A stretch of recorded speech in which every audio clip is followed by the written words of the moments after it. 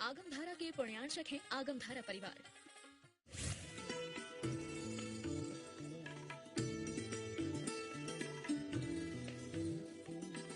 नमः सिद्धिभ्यः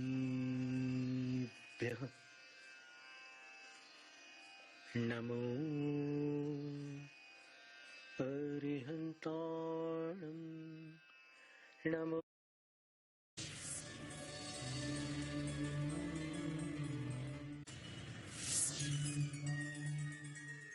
आगमधारा के पुण्यार्चक हैं आगमधारा परिवार।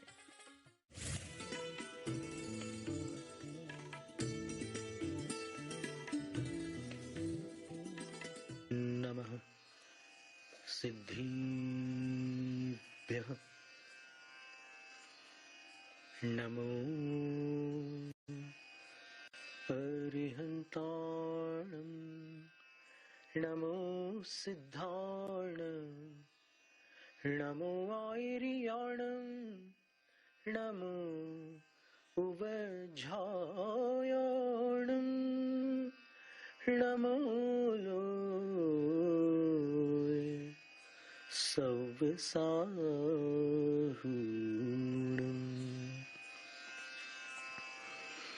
त्रिलोकवर्ती त्रिकालवर्ती अरहंत सिद्ध आचार्य उपाध्याय और सर्व साधु परमेश्वरियों को प्रणाम।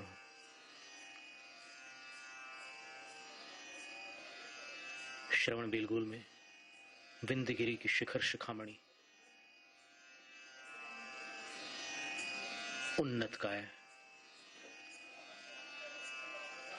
अखंड रूप के धारी निर्विकार शांति और वैराग्य की दाता भगवान श्री गोमटेश्वर बाहुबली स्वामी को विनम्र नमस्कार। दीक्षा शिक्षा गुरु आचार्य विद्यासागर महाराज को नमोस्तु।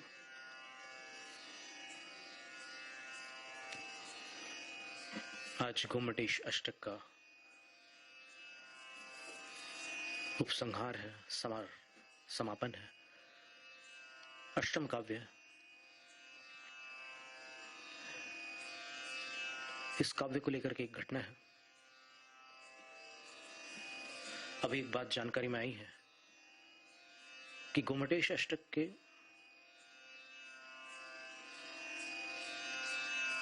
कुछ पाठांतर संग्रहित किए गए हैं और पूरी उसकी एक पुस्तक निकली थी। संभव है ये पुरानी बात हो, लेकिन ऐसी एक पुस्तक है कहीं पर जिसमें इसके बहुत सारे पाठ हैं। तो अंतिम छंद को लेकर के लंबे समय से एक ऊहापोह की स्थिति बनी रही, केवल छंद की अपेक्षा। तो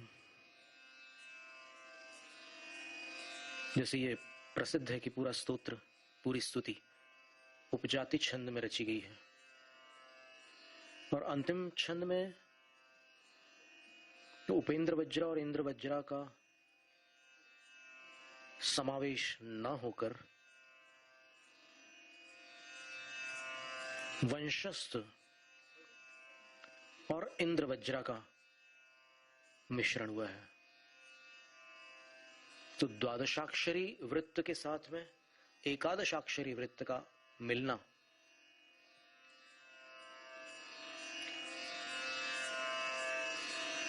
सामान्यतः काव्यों में दृष्टिगोचर नहीं होता, पर तब भी आर्ष प्रयोग के रूप में अथवा कहीं ऐसा चलन रहा हो, उस अपेक्षा अपन हस्तक्षेप तो नहीं करते। पर उस अष्टम काव्य में जो प्रथम दो चरण हैं वो वंशस्थ के, और तृतीय चरण जो है वो एक छंदोबाह्य रचना कही जा सकती है, क्योंकि वो तीसरा चरण यदि आज जिस ढंग से पढ़ा जाता है उसको अपन मान्य करें तो वस्सेय पज्जंत मुववास जुत्तम, वस्सेय तगण हो गया, पज्जंत, पुनः तगण हो गया। मो व वा, सगण हो गया। सजुत्तम, यगण हो गया। तो ऐसे गण विन्यास वाले छंद 12 अक्षरों के कौन से हो सकते हैं कि जिनमें 2 तगड़ों के उपरांत एक सगण हो और अंत में एक यगण हो। तो द्वादशाक्षरी वृत्तों में इस तरह के विन्यास वाले छंद खोजने योग्य हैं कि कहीं ऐसे कोई छंद है क्या जिसमें 2 तगण के उपरांत एक सगण और अंत में एक य गण हो। ये गण 3 अक्षरों के समूह को कहते हैं और उसमें लघु गुरु का जो क्रम होता है उसके अनुसार उनके नाम होते हैं। जैसे तगण में 2 गुरु और 1 लघु होता है, अंत वाला अक्षर लघु होता है और प्रारंभिक और मध्य का अक्षर गुरु होता है। तो 2 तगण हो गए, वस्सेय पज्जंत 2 तगण हो गए।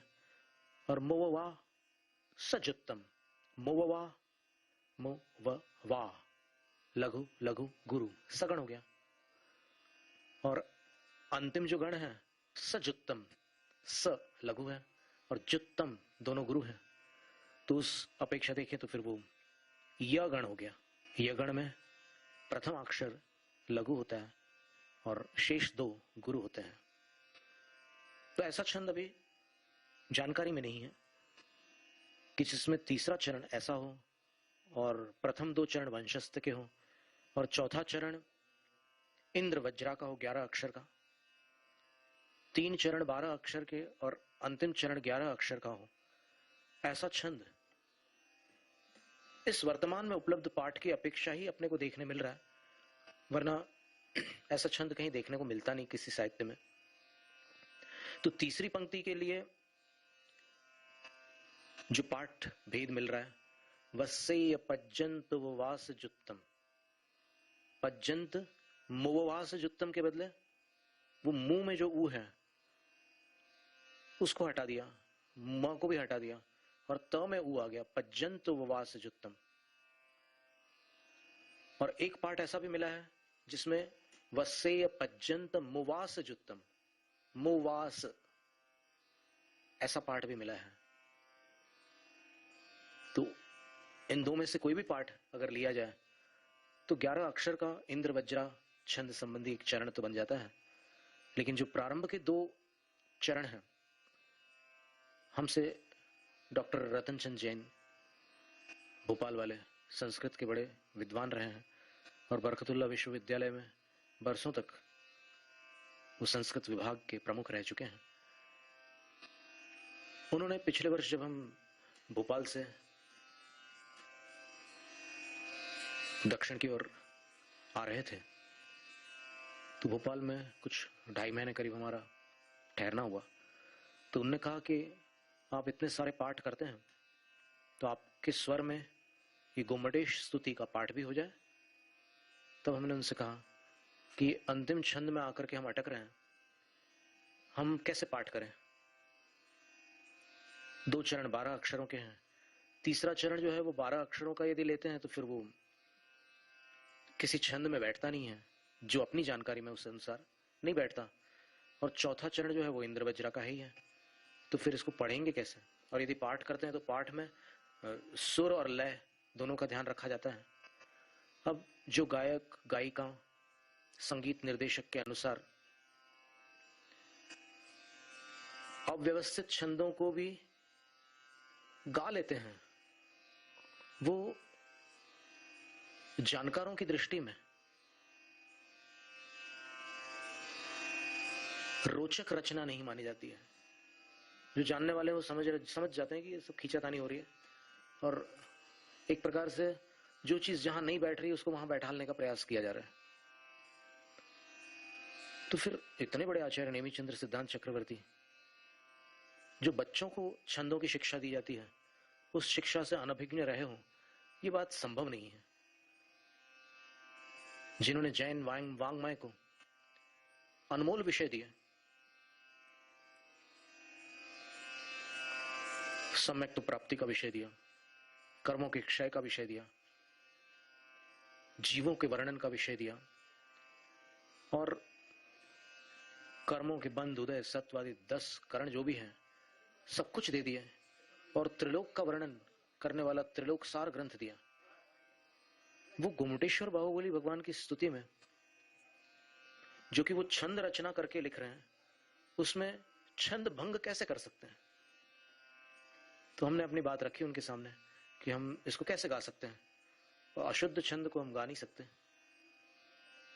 तब उन्होंने कहा कि हो सकता है लिपिकारों की त्रुटि से अशुद्धि आ गई हो, कभी कभी लिखते समय कुछ बातें लिखने वाला चूक जाता है तो उसमें त्रुटि हो जाती है। तो आप देख लो, अगर आपको अर्थ यथावत रखते हुए शब्द और अक्षरों का विन्यास बदलना पड़े और भावों में कोई फेरफार ना हो तो आप परिवर्तन करके देख लीजिए महाराज। तब हमने उनसे कहा था कि एक पुरानी रचना है, उसमें परिवर्तन लाने का हमें क्या अधिकार है? तब उन्होंने कहा कि आचार्य की रचना अशुद्ध नहीं हो सकती और आप परिवर्तन नहीं ला रहे क्योंकि उनके अभिप्राय को आप तोड़ मरोड़ नहीं रहे हैं, उसको यथावत रखते हुए केवल अक्षरों की संख्या का आप विन्यास कर रहे हैं। तब हमने सोचा कि ठीक है, हम यहां एक तसल्ली के हिसाब से कर लेते हैं, पर हम फिर भी अपने से जितने बड़े लोग हैं उनसे यही कहेंगे कि आप इसको देखिएगा और यदि आपको उचित लगे तो मान्य करिएगा। विद्वानों से भी हमारा यही कहना है, और यदि कोई भी विद्वान कोई भी साधु ये जानकारी दे कि ऐसे भी छंद हो सकते हैं तो फिर अपन पुराना वाला ही जो का त्यों रहने देंगे, कोई उसमें आपत्ति नहीं है। पर चूंकि कोई भी छंद होता है वो गेय होता है, गाने योग्य होता है, कविता हो और गाई ना जा सके तो फिर उसको कविता कैसे कह सकते हैं? छंद गाने योग्य होते हैं, वो कितने भी जटिल छंद क्यों ना हो। जैसे उदाहरण के तौर पर एक उद्गता नाम का छंद है, उसके चारों चरणों में अक्षरों की संख्या अलग है और उस छंद को विषम जाति छंद की श्रेणी में रखा गया है। यानी ऐसा छंद है कि जिसमें चारों चरण कहीं भी सम नहीं है, विषम है। पहले चरण में अक्षरों की अलग संख्या है, दूसरे में अलग संख्या है, तीसरे में अलग है, चौथे में अलग है।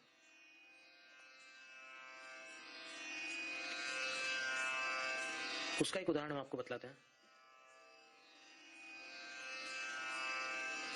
कुछ माताजी लोग पाठ कर रही थी और दूर से हमें आवाज आ रही थी। हम लोग उस समय नैनागिर में थे आचार्य श्री के साथ में। तो उस पाठ की लय को सुनकर के फिर हमने इस प्रकार से उसको पढ़ना प्रारंभ किया था।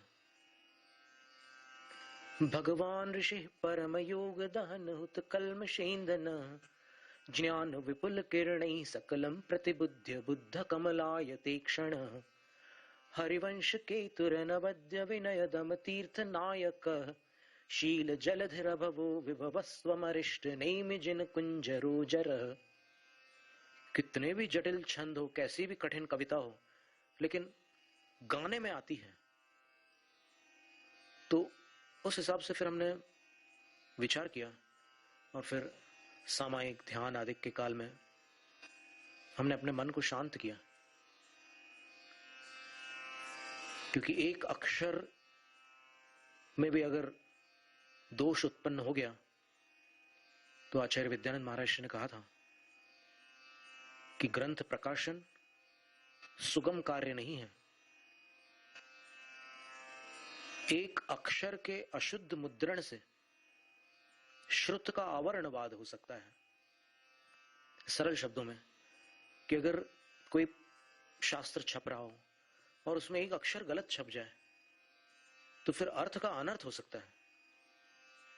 इसलिए बड़े सावधानी का कार्य था। तो वो कार्य हमने करने का प्रयास किया। तो पहली पंक्ति थी उपाहिमुत्तम धनधाम वज्जियम।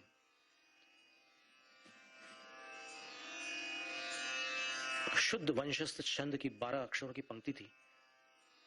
वंशस्थ छंद की अपेक्षा से उसमें कोई दोष नहीं था, पर यदि पूरा स्तोत्र इन उपजाति छंद में है, जो इंद्र वज्रा और उपेंद्र वज्रा के मिश्रण से बनता है, तो फिर उसमें अधिकाक्षर हो रहे थे प्रथम और द्वितीय पंक्ति में, तो उसमें वज्जियम के स्थान पर वज्जम ऐसा पाठ करने पर अर्थांतर न होते हुए भी एक अक्षर न्यून हो जाता है और अभिप्राय यथावत सुरक्षित रहता है। ये एक प्रयत्न था, इसके प्रति हमारा कोई आग्रह नहीं है, विज्ञ जन इस पर विचार कर सकते हैं। और दूसरी पंक्ति में सुसम्मजुत्तम मय मोह हारयम ये पाठ था, तो हारयम के स्थान पर हारम ऐसा पाठ किया हमने। एक अक्षर कम हुआ पर अर्थ ज्यों का त्यों रहा। और वस्य पज्जंतु ववास जुत्तम ऐसा पाठ हमने स्वीकार किया, और फिर यहां आकर के हमें मिला भी ऐसा पाठ, ये पाठ ऐसा पाठ भी एक पाठ भेद के अंतर्गत उपलब्ध है। तो इस तरह ये काव्य हमने संशोधित किया है उनकी भाषा में, पंडित रतनचंद जी की।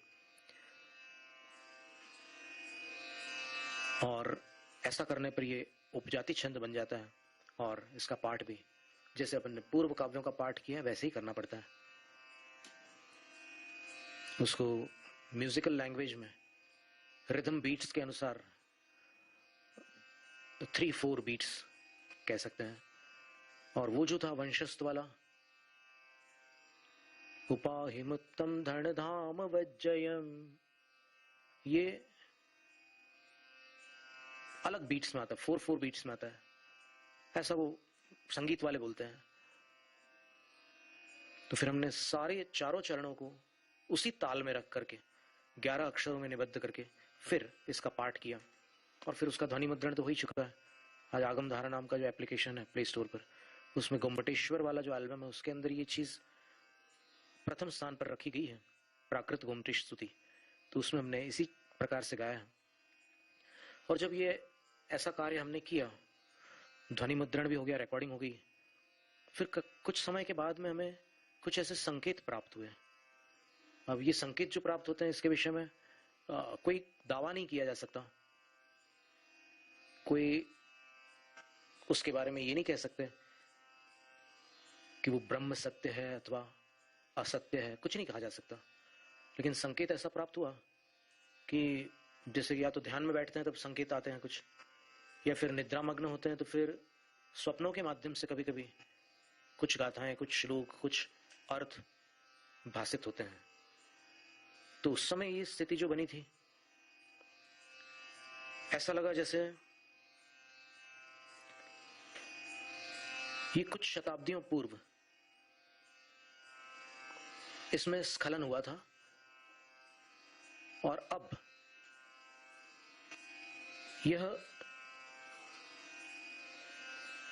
पुनः यथावत हो गया है।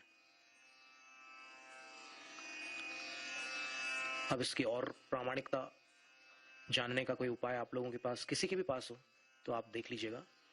हम तो बहुत छोटे हैं, जितना हमें जानकारी हुई उस अनुसार हम आपके सामने बात रख रहे हैं। और साथ में ये जानकारी मिली कि इसके श्रवण से, जो पाठ हमने यमन राग में 3-4 रिदम बीट्स में गाया है, इसके श्रवण से मानसिक व्याधियों में लाभ होगा।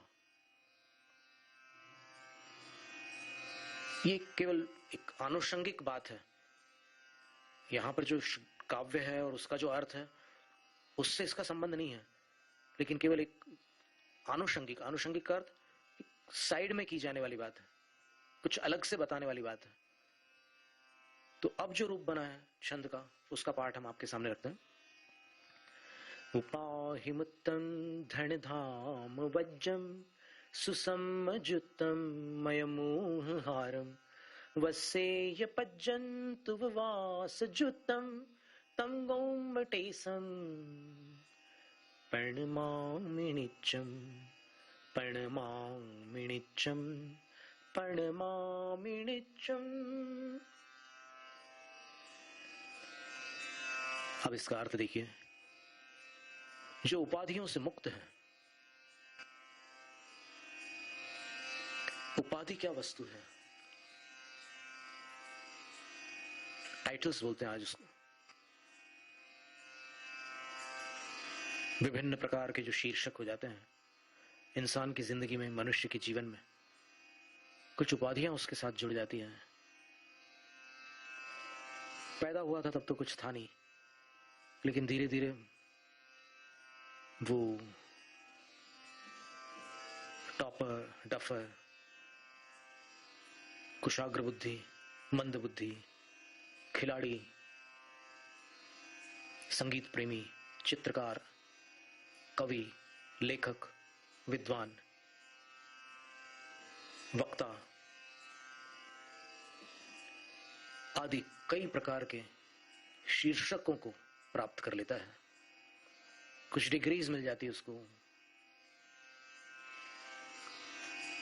कोई स्नातक, कोई स्नातकोत्तर बन जाता है, और उससे भी ऊपर कोई यदि डॉक्टरेट कर ले तो डॉक्टर बन जाता है। और जब उसको डॉक्टर कहकर पुकारा जाता है, यानी जिंदगी का एक लंबा हिस्सा निकल चुका और अब जा करके उसने जो थीसिस लिखी है उसके आधार पर पीएचडी की उपाधि के तहत वो डॉक्टर बन चुका है, तो उसको डॉक्टर पुकारने पर उसको एक अलग गौरव का अनुभव होता है। अभी तक कुछ और चल रहा था, लेकिन अब एक उपाधि जुड़ गई तो फिर उसको एक अलग अनुभूति हो रही है। तो ऐसी बहुत सी उपाधियां होती हैं। अब जैसे बाहुबली स्वामी के लिए क्या उपाधि थी? एक तो कामदेव थे ही वो, 169 पुण्य पुरुषों में कामदेवों की गणना भी बताई है शास्त्रों में, तो उनमें ये इस अवसर्पिणी काल संबंधी प्रथम कामदेव हुए हैं, तो ये एक उपाधि हो गई। चरम शरीरी थे, यानी तद्भव मोक्षगामी उनका अंतिम शरीर था, उसके बाद सब छूटने वाला था।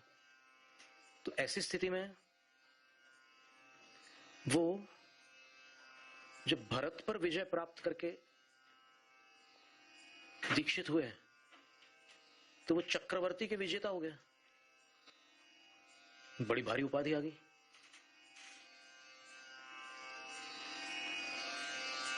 सबने जय जयकार किया कि बाहुबली चक्रवर्ती के मान को भंग करके विजय को प्राप्त हो गया, जो किसी काल में शक्य नहीं था। इस हुंडावसर्पिणी काल में ऐसी घटना हो गई कि छोटे भाई ने बड़े भाई को, एक कामदेव ने चक्रवर्ती को जीत लिया, और चक्रवर्ती को कोई जीत नहीं सकता था, इनने जीत लिया, तो ये एक उपाधि हो गई, चक्री विजेता। लेकिन इन जितनी भी उपाधियां थी, तीर्थंकर पुत्र, कितने सब अलग अलग संबंधों से कितनी उपाधियां हो जाती है, टाइटल्स हो जाते हैं, डिग्रीज हो जाती हैं। उन सब उपाधियों से मुक्त बाहुबली स्वामी उपाहिमुत्तम, इन उपाधियों से मुक्त थे। धन धाम वज्जम, धन से वय रहित थे, और धाम तो अपने अपने डेरे होते हैं, ठिकाने होते हैं, रहने के स्थान होते हैं, महल होते हैं, भवन होते हैं, वास्तु होता है, इन सब से वर्ज रहित सुसम्मजुत्तम, सुसाम्य, जो सुंदर समता भाव है, शुद्ध उपयोग है, उससे युक्त थे। बारंबार शुद्ध उपयोग का स्पर्श चलता रहता था उनका। मैं मोह हारम, मद अर्थात अभिमान और मोह अर्थात भ्रांति, इन दोनों को हरने वाले थे। इतनी बड़ी विजय प्राप्त करने के बाद भी वो विजय के मद से रहित थे।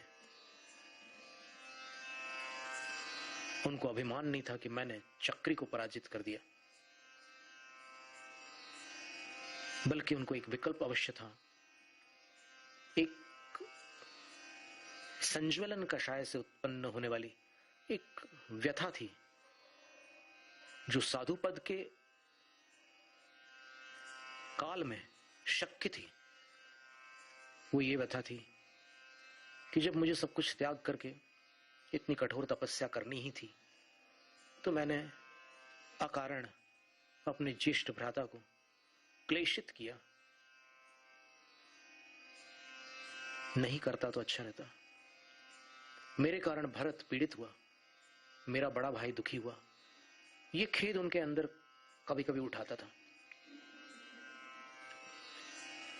एक वर्ष तपस्या करने पर भी जब उनको केवल ज्ञान प्राप्त नहीं हुआ, तो भरत को चिंता हुई कि ऐसा क्या कारण है कि इतनी कठोर तपस्या करने वाले मेरे अनुज बाहुबली, जो कि आज महामुनि है, केवल ज्ञान को प्राप्त क्यों नहीं कर पा रहे हैं? इतनी तपस्या करने पर घाती कर्मों का क्षय हो जाता और केवल ज्ञान का सूर्य अंदर से प्रकाशित होता। क्या कारण है? तो जब भगवान के पास जिज्ञासा रखी कि प्रभु, चक्रम विहाय निज दक्षिण बाहु संस्तम यत् प्राव्रजन ननुसतेन तदैव मुंचित क्लेशं तमाप किल बाहुबली चिराय मानो मनागपि हतिम महतीं करोति। आचार्य गणभद्र स्वामी ने आत्मानुशासन में यह काव्य लिखा है, वसंत तिलका में। ये अपनी दाहिनी भुजा में आए हुए चक्र को जिन्होंने छोड़ दिया, भैया को लौटा दिया, और जो दीक्षा ली, जो त्याग किया, वो इतना भारी त्याग था कि उस त्याग के बाद सतेन तदैव मुंचित, वो उस त्याग के माध्यम से उसी समय मुक्त हो सकते थे। लेकिन 1 साल तक, चिरकाल तक बाहुबली ने कायो क्लेश किया, निराहार, निर्जल, कायोत्सर्ग मुद्रा में, उद्भ कायोत्सर्ग मुद्रा, जिसको बोलचाल में लोग आजकल खड़गासन खड़गासन कहने लगे हैं।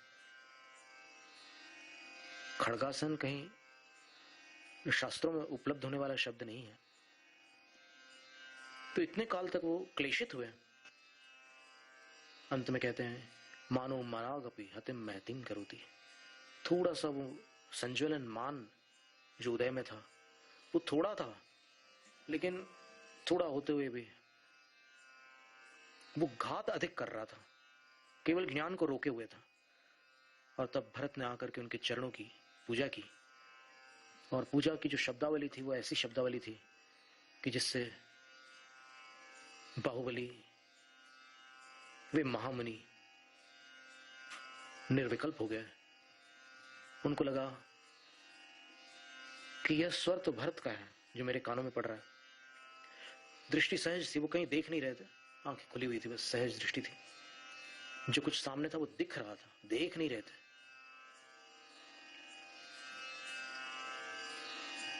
भरत जो पूजा कर रहा है, उससे ये परिलक्षित होता है कि उस काल में कुछ समय तक व्यतीत रहा हो मेरे निमित्त से, पर अब तो कुछ भी नहीं है। अब तो भरत बिल्कुल भी पीड़ित नहीं है। तो भरत को पीड़ा रहित जान करके उनको संतुष्टि हुई। साधु को पर पीड़ा होती है, और जब उन्होंने देखा कि भरत पीड़ित नहीं है, तो उनका मन भरत के प्रति निर्विकल्प हो गया, और किसी का विकल्प था भी नहीं उनको। और बस वो ध्यान में लीन हुए। भरत की पूजा पूर्ण हुई और वो ध्यान में ऐसे डूब गए कि उन्होंने वो प्राप्त कर लिया जो 1 वर्ष से नहीं कर पा रहे थे।